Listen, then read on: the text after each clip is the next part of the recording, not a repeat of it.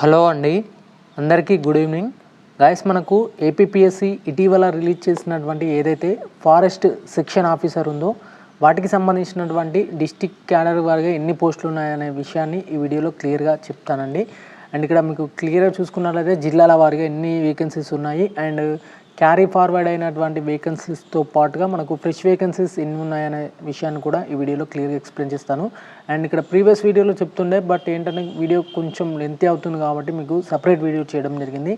And రిజర్వేషన్కి సంబంధించినటువంటి video కూడా వస్తుందండి. రిజర్వేషన్ సంబంధించి కానీ లేదంటే స్కీమ్ ఆఫ్ ఎగ్జామినేషన్ ఏ విధంగా ఉంటుంది అండ్ మీరు ఏ సబ్జెక్ట్ని క్లియర్గా చదవాలి అనే విషయాన్ని కూడా చెప్తాను. అండ్ ఇక్కడ మెయిన్ ఎగ్జామినేషన్ కూడా ఉంటుంది అండ్ స్కిన్నింగ్ టెస్ట్కి సంబంధించి కూడా ఎన్ని మార్క్స్ ఉంటాయనే విషయాన్ని కూడా చెప్తాను క్లియర్ కట్గా. అండ్ ముందుగా ఈ వీడియోలో మాత్రం వీటికి సంబంధించినటువంటి జిల్లాల వారిగా ఎన్ని వేకెన్సీస్ ఉన్నాయనే విషయాన్ని అయితే చెప్తానండి. అండ్ నెక్స్ట్ వీడియోలో మీకు స్కీమ్ ఆఫ్ ఎగ్జామినేషన్ సంబంధించినటువంటి ఇన్ఫర్మేషన్ అనేది వస్తుంది క్లియర్ కట్గా.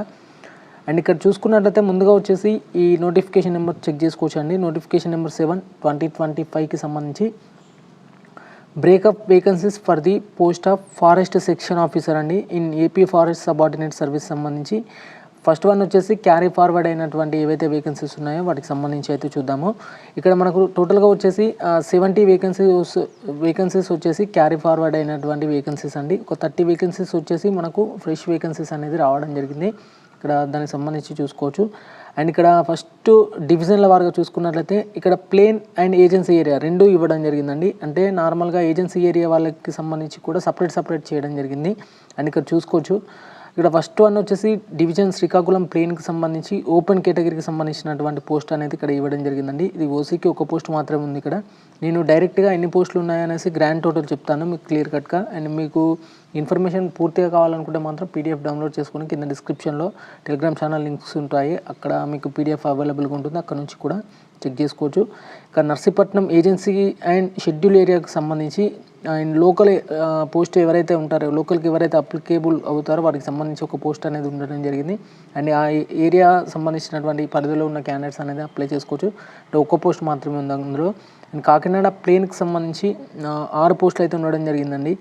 అది ఒకటి బీసీబీ కమ్యూనిటీలో ఉంది అండ్ ఓపెన్ కేటగిరీలో 3 పోస్టులు అనేది ఉండడం జరిగింది. అండ్ చిత్తూరు ఏజెన్సీకి సంబంధించి లోకల్లో ఒక పోస్ట్ ఉంది అండ్ టోటల్గా 3 పోస్టెస్ అండి. ఇక్కడ టోటల్ ఇంకొక పోస్ట్ వచ్చేసి బీసీఈలో ఉంది అండ్ బీసీడీలో ఉంది.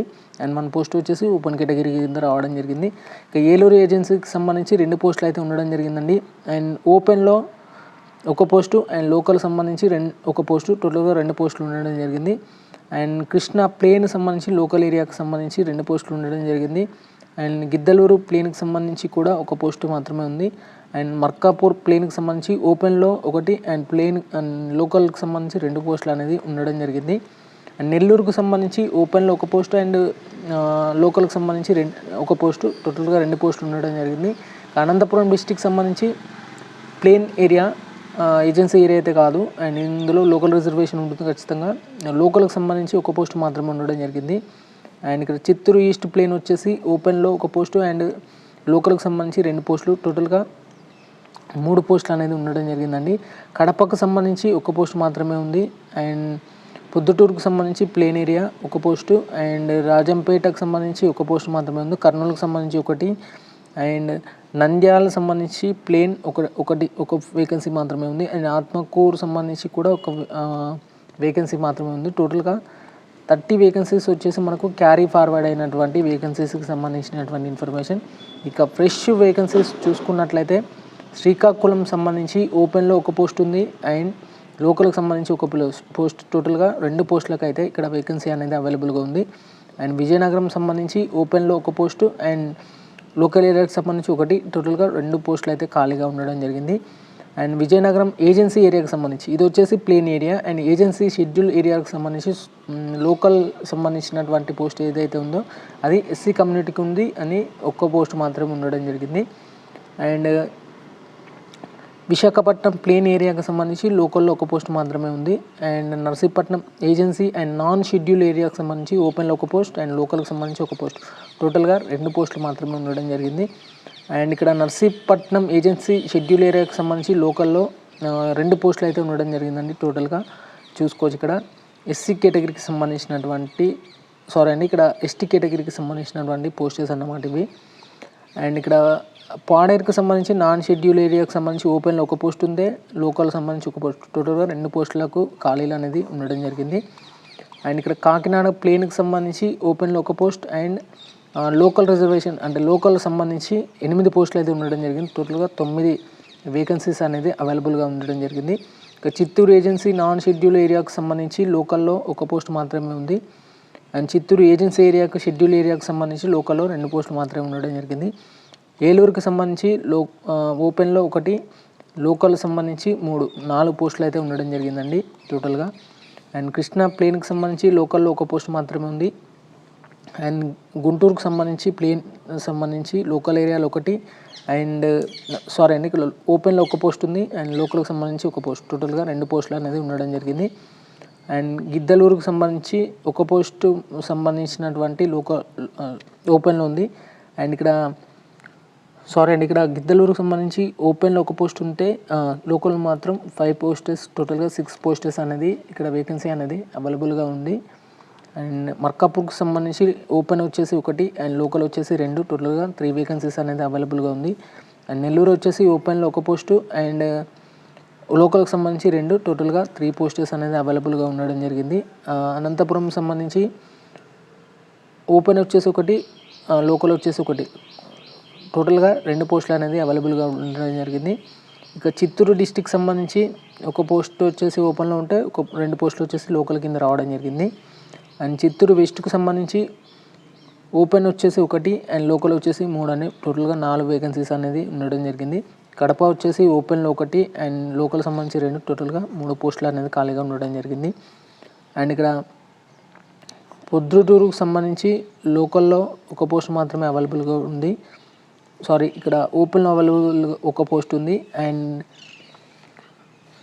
అండ్ రాజంపేటకు ప్లేన్కి సంబంధించి ప్లేన్ ఏరియాకి సంబంధించి ఓపెన్లో ఒక పోస్ట్ ఉంటాయి అండ్ లోకల్కి సంబంధించి 1, టోటల్గా 2 పోస్టులు అనేది ఉండడం జరిగింది. అండ్ కర్నూలుకు సంబంధించి ఓపెన్లో ఒక పోస్ట్ అండ్ లోకల్ రిజర్వేషన్కి సంబంధించి ఒక పోస్ట్, టోటల్గా 2 వేకెన్సీస్ అనేది ఉండడం జరిగింది. ఇక నంద్యాల డిస్టిక్ సంబంధించి ఓపెన్లో 1 అండ్ లోకల్ సంబంధించి 5, టోటల్గా 6 వేకెన్సీస్ అనేది ఖాళీగా ఉండడం జరిగింది. ఆత్మకూరుకు సంబంధించి ఓపెన్లో 1 అండ్ ఆత్మకూరు ప్లేన్కి సంబంధించి లోకల్కి సంబంధించి 2, టోటల్గా 3 వేకెన్సీస్ అనేది అవైలబుల్గా ఉండడం జరిగింది.